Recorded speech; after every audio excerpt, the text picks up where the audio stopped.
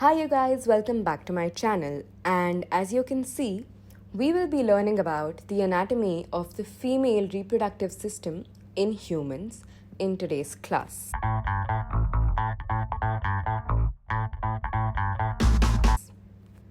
Well, for starters, you do know that humans are sexually reproducing organisms.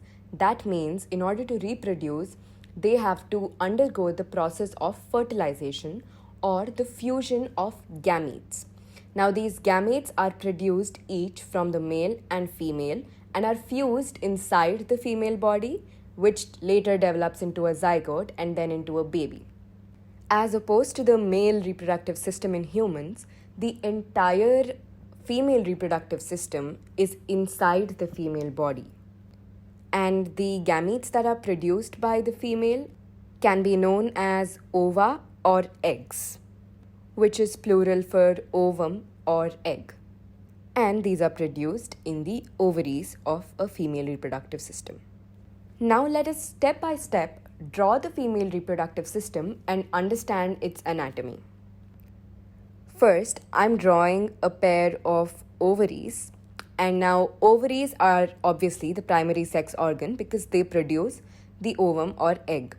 Here I've tried to depict the layers of ovaries, which includes the germinal epithelium. Germinal epithelium is the epithelium through which gametes are produced. So when you say germinal, it means production of gametes.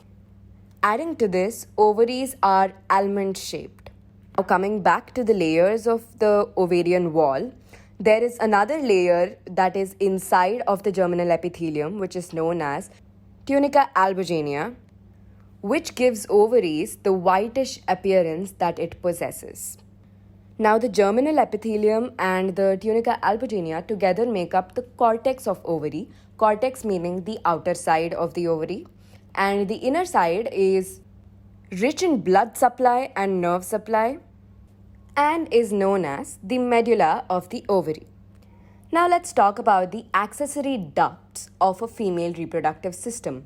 The first thing that comes into our mind is obviously the fallopian tubes. Now these fallopian tubes extend from the ovary to meet the main part of the female reproductive system, that is the uterus. These fallopian tubes are divided into different parts, the first one being the one near the ovary, which is known as infundibulum, and infundibulum has a finger-like projection known as fimbriae. And now these fimbriae help in collecting the ovum from the ovary. So after that comes the bulged part known as ampulla, and then comes isthmus. All of these together make up the fallopian tubes. And after this, the ovum which travels from the ovary is collected by the fimbriae, and then it's passed on through all these parts of the fallopian tube to reach the ampullary isthmic region, which is where it meets with the sperm for the process of fertilization to take place. Well, there is actually a pair of fallopian tubes and a pair of ovaries, but then I couldn't really find space to draw them. Anyways, the fallopian tubes together extend to form a pear-shaped structure which is known as the uterus or the womb of a female. And pyriform means pear-shaped. Now, if we talk about the layers of uterus, the outermost layer, which is known as perimetrium, followed by the middle layer, which is known as mesometrium, which is very important for the process of contraction of the muscles in the uterus for childbirth. So mesometrium is composed of muscles, and the innermost layer, which is known as endometrium, and is very, very important because this is the layer in which the zygote is embedded, and this is also the layer which sheds down during the process of menstruation in females. Now, the uterus extends down to the cervix and vagina, which are also known as the birth canal or the canal through which the baby comes out, and also the male external genitalia goes in for the process of fertilization.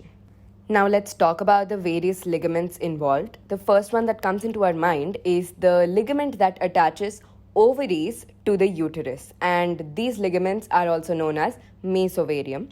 And there is another set of structures that attach the uterus to the abdominal wall, These ligaments are made up of peritoneum, and peritoneum is the serous layer that lines the abdominal cavity.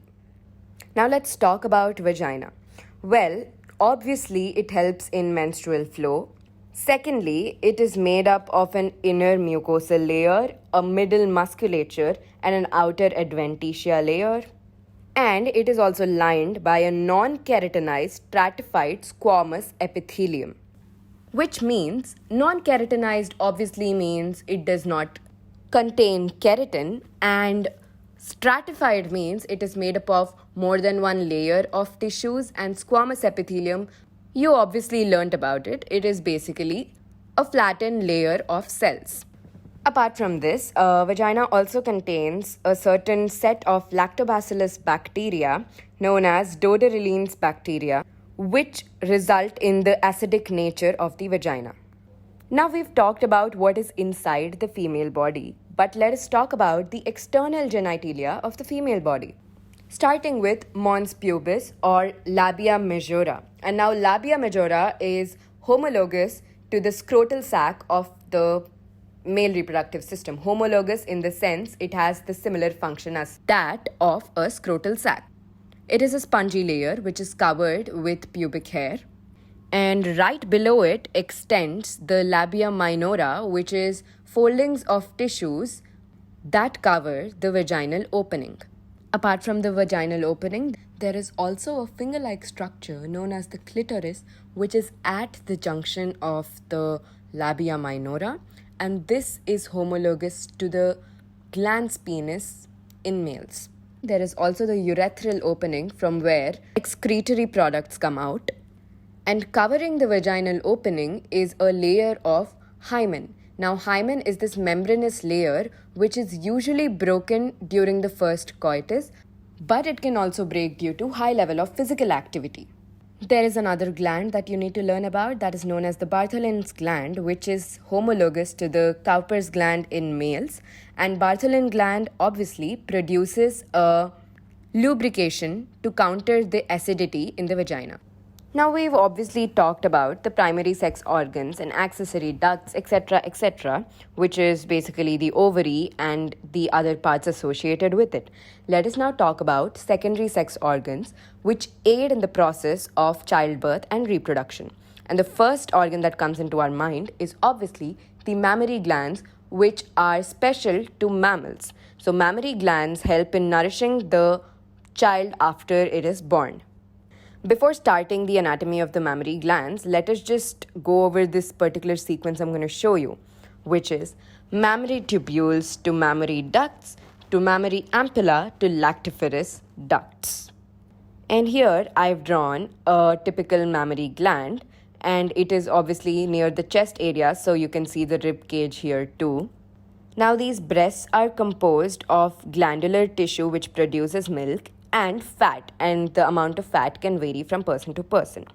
Now, these glandular tissues are arranged into 15 to 20 mammary lobes. These mammary lobes contain alveoli, which are the primary regions where milk is produced, and this milk is stored in the lumen of alveoli. Lumen technically means cavity. Now, these alveoli open into mammary tubules, followed by mammary ducts, followed by mammary ampulla, and then lactiferous ducts. And this is why I taught you the sequence.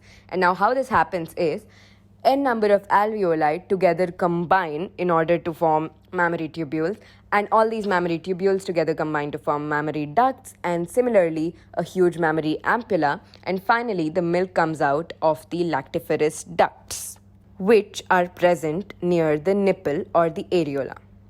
And this was it about the mammary glands. Which also brings us to the end of the video, because we're done with the anatomy of the female reproductive systems and the associated structures. So yes, thank you so much for watching.